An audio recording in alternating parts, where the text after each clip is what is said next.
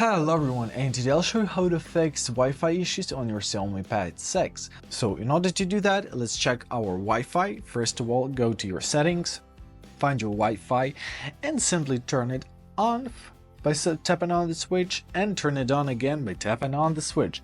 Sometimes this is enough to get everything working again. However, if this problem is not fixing, so let's try to forget the network.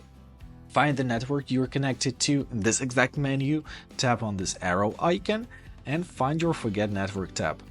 Press OK, and now our network is forgotten. Then simply redirect it, and if it's still not working, let's try some other methods. You can also restart the router, or if possible, contact your internet service provider. So sometimes we need to make sure that the date and time are set correctly. In order to do that, in your settings, go down to your additional settings right here.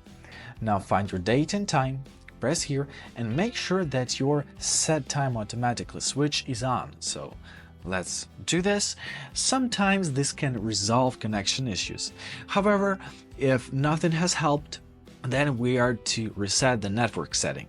Keep in mind that all set Bluetooth devices and Wi-Fi networks will be deleted. So in order to do that, go to your connections and sharing right here.